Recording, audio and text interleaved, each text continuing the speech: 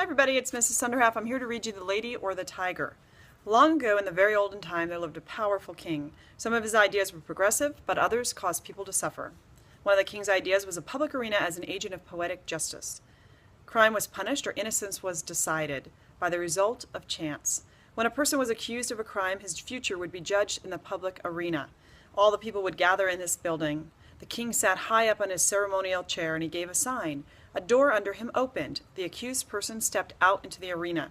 Directly opposite the king were two doors. They were side by side, exactly alike. The person on trial had to walk directly to these doors and open one of them. He could open whichever door he pleased. If the accused man opened one door, out came a hungry tiger, the fiercest of the land. The tiger immediately jumped on him and tore him to pieces as punishment for his guilt. The case of the suspect was thus decided. The iron bells rang sadly, and great cries went up from the paid mourners, and the people with heads hanging low and sad hearts slowly made their way home. They mourned greatly that one so young and fair, or so old or respected, should have died this way. But if the accused opened the other door, there came forth from it a woman, chosen especially for the person. To this lady he was immediately married in honor of his innocence. It was not a problem that he might already have a wife or a family, or that he might have chosen to marry another woman. The king permitted nothing to interfere with his great method of punishment and reward.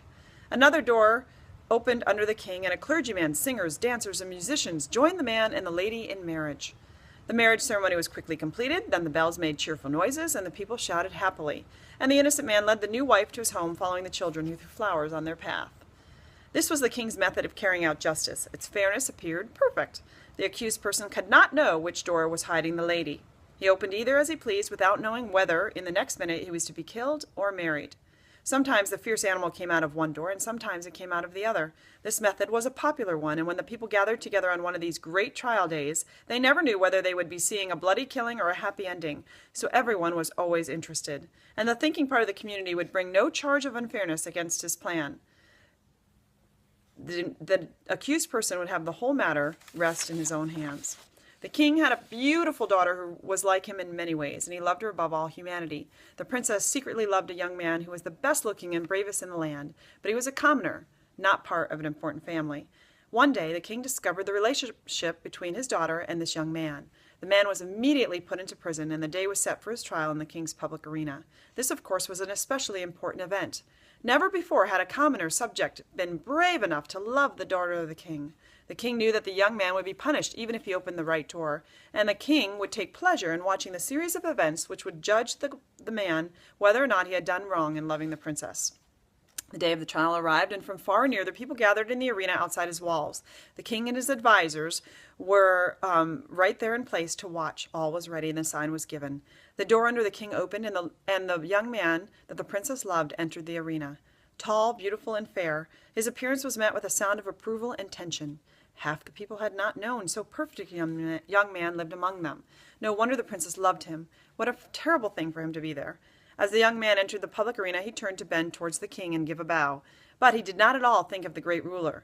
The young man's eyes instead were fixed directly on the princess, who sat to the right of her father. From the day it was decided that the sentence of her young man be decided in the arena, she had thought of nothing but this event.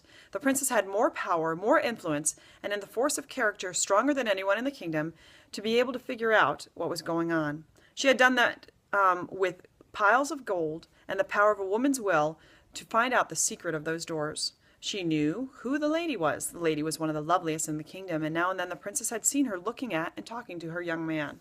The princess hated the woman behind the door, and she hated her with all the intensity of blood passed through her long lines of cruel ancestors.